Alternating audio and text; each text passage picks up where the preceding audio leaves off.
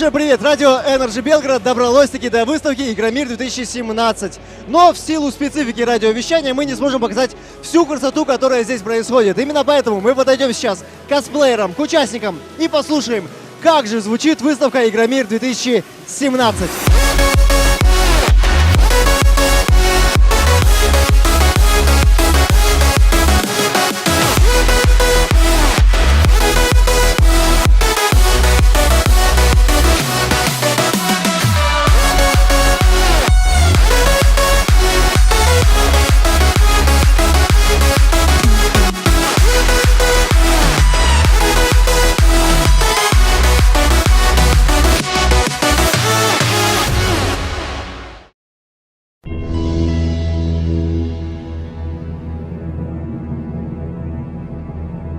Я парень с улицы Вязов.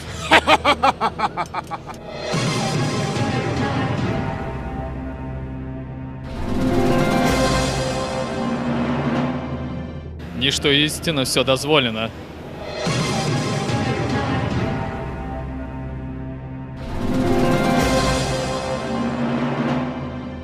Шепард!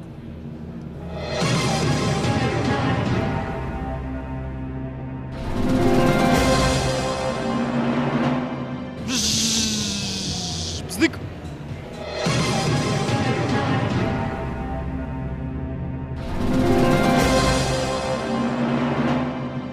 Ну здравствуйте, мои огненные ребятки.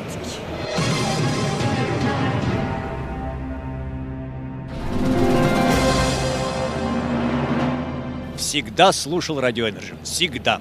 Здравствуйте, все дорогие радиослушатели.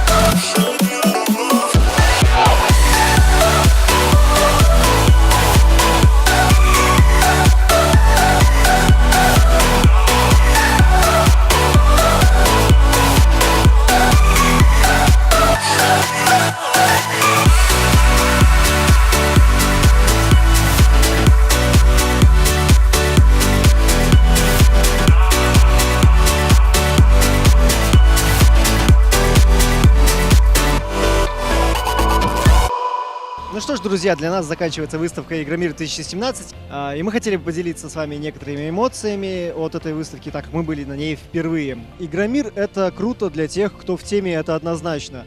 Если вы геймер, если вы летсплеер, если вы даже просто банально смотрите на ютубе каких-то чуваков, это вообще это рай, приезжайте сюда, и здесь, отстояв, конечно, очередь, что...